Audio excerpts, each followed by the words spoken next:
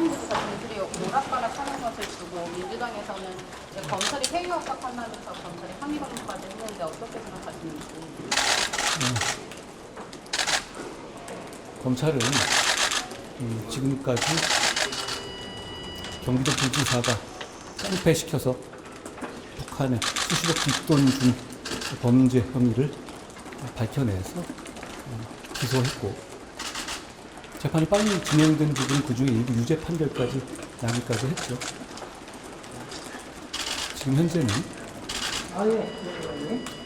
이재명 경기지사도 그 추가 관련자가 있는지에 대해서 수사 중입니다. 당연한 수순 아니겠습니까? 그런데 그런 상황에서 민주당이 자기 편이 한 불리한 진술을 뒤집어 보려고 검찰청에 몰려가서 들어놓고 명치금 보내기 운동하고 성명서내서 가족 접촉하고 면회에서 진술 번복하라고 압박하고 하는 행태를 보이고 있는데요. 이건 권력을 악용한 최악의 사법 방해이자 스토킹에 가까운 행태라고 생각합니다. 대한민국 역사상 다수당이 자기 편이 한 진술을 뒤집어 보려고 이렇게 장외에서 무력 시위하는 걸 제가 본 적이 없습니다. 국민들께서 다 지켜보고 계시는 백두대낮에 이런 황당한 무력 시위가 성공한다면 이 나라의 민주주의와 법치주의는 농담처럼 될 겁니다. 권력을 이용해서 자기 편 수사를 방해하려는 행위는 해서는 안 되는 거고요. 그리고 성공할 수 없을 거라고 생각합니다. 이런 걸 막는 게 법무부 장관이 있는 거죠. 민주당에서는 이화영 쪽에서 접견을 법무부에서 막는 거 아니에요? 민주당이 왜 접견을 하려고 하죠? 갑자기? 알고 계시죠? 다 알고 있지 않습니까?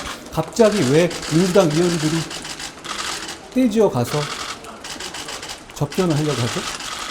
그리고 재판 진행 상황 여론을 보시면 이게 어떤 상황인지 어떤 그림인지 충분히 아실 수 있지 않습니까? 저런 행동하면 안 됩니다. 다들 보고 계시지 않습니까? 저거는 분명히 자기들에게 불리한 진술이 나온 것을 어떤 권력을 이용해서 바꿔보려는 거잖아요. 그것도 그분들 특별면허 신청하셨어요. 과거에 정성호 의원이 어떤 그런 비슷한 무리를 일으켜서 본인 사과하신 적 있죠? 이제는 그걸 단체로 하겠다는 건가요? 그런 일은 허용돼서는 안 되는 겁니다. 다른 국민들은 그렇게 하고 있습니까? 그렇지 않죠. 그리고 지금 특별면허 제도는 지난번 그 정성호 의원 그 사태 이후에 저희가 제도를 바꿔서 장애인과 노약자 위주로 우선적으로 진행되고 있고, 국회의원들에게 편하게 접견해서 말 바꾸게 하는 통로로 이용하는 것, 그거는 저는 그런 식으로 저희는 운영하고 있지 않다는 걸 말씀드립니다. 그리고 그렇게 해야 되지 않겠습니까? 그 경찰 수사 종결권 특도 관련 수사 준칙 개정 작업이 마무리 단계라는 보도가 있어가지고요. 수사 준칙은 지금까지 여러 단계 지난 정부에 있었던 어떤 수사 구조의 왜곡으로 인해가지고 국민들이 고소장 한번 내면 언제 끝날지를 알 수도 없고, 심지어는 고소장이라든가 고발장이 거부되기도 하잖아요. 그런 문제를 해결하기 위해서 정부가 대책을 마련하는 작업을 하고 있고, 막바지 단계에 있고, 저희가 곧 설명할 기회가 있을 겁니다. 제가 단언하게 말씀드릴 수 있는 것은 지금보다 국민의 편익 더 증진되는 방향일 겁니다. 그게 중요하지 않겠습니까? 누구의 종결권이냐는 이 문제가 아니죠. 국민이 더 보호받는 방향일 것이라는 점을 제가 분명히 말씀드립니다. 이재명 대표가 불체포특권 기념식들을 감안하자는 제안을 어떻게 보시는지. 제가 저번에 말씀드렸는데요. 불체포 특권이라는 걸 특권 포기한다고 했으면 되는데 말이 굉장히 길어지시잖아요. 계속. 결국은 이거 아닙니까? 만약에 본인에 대해서 체포동의안이 올라간다면 그걸 가결시킬 거냐, 부결시킬 거냐, 이거 아주 단순한 얘기 아닌가요? 그걸 가지고 뭘 어떻게 해도 된다? 말이 너무 길어지는 것 같네요. 제가 특별히 거기에 대해서 어떻게 하라고 말씀드릴 문제는 아닙니다. 그냥 특권 포기하기 싫다고 하면 됩니다. 장관님 엘리엇 소송 관련해서 ISDS 대응하고자 국제법무국 오늘 신설했다고 보도도 나오고 있는데 입장 듣고 싶고 지연이자 등과 관련된 문제도 국제법무국에서 분담하게 되는지. 제가 그동안에 롤스타하고 몇 가지 ISS 소통을 이어받아서 수행하고 있는데